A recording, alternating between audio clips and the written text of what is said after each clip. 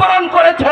শরীরে আন্দোলনের সংগ্রামে ময়দানে ছিলাম, আজকে আমাদের সেই অস্বীকার করার চেষ্টা করা হচ্ছে। 1971-এ যেইভাবে আলেমদের অবদানকে অস্বীকার করেছিল একদল কুলাঙ্গার, বর্তমানেও 24-এর বিপ্লবকে একদল কুলাঙ্গার অস্বীকার করার চেষ্টা করছে।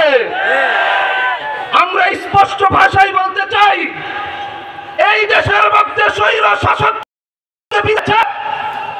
এই দেশটাকে সত্যিকারের ইনসাফপূর্ণ একটা সমাজ কায়েম করার জন্য। কিন্তু কিছু মানুষের গায়ে লাগে, হুজুররা জুড়ে কথা বললে কিছু মানুষের গায়ে লাগে। হুজুর বলবে আসমানের উপরের কথা, হুজুর বলবে জমিনের নিচের কথা, হুজুর বলবে কবরের কথা, আখিরাতের কথা। হুজুর থাকবে মসজিদে আর মাদ্রাসায়, হুজুর কেন জমিনের উপরের কথা বলে?